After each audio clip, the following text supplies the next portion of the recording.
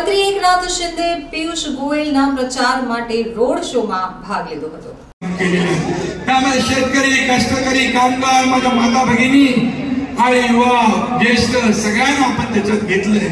खरं म्हणजे या देशाचे प्रधानमंत्री नरेंद्र मोदीजी यांना आपल्याला तिसऱ्यांदा प्रधानमंत्री करायचं आहे आणि म्हणून ही निवडणूक फक्त एका मुंबईतल्या मतदारसंघाची नाही, फक्त पियुष गोयल यांची नाही, ही देश घडवणारी निवडणूक आहे.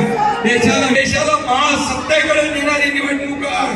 आणि म्हणून आदरणीय प्रधानमंत्री मोदीजी यांना आपल्याला फिर एक बार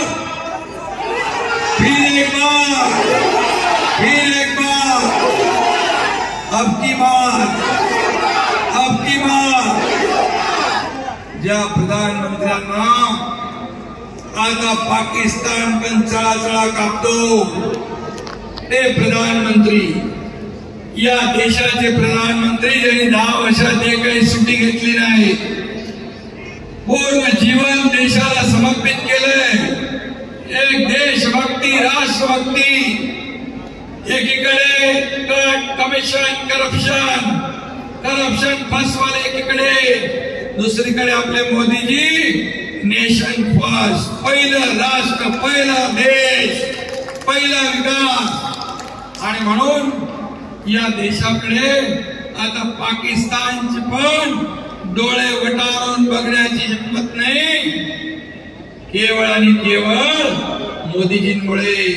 मोदीजी म्हणतात तुम्ही आमच्याकडे वाकड्या नजरेने बघाल तर पाकिस्तान में घुस के मारेंगे, अशी हिंमत कुणाची आहे. आणि म्हणून आज अयोध्येत राम मंदिर बांधलं.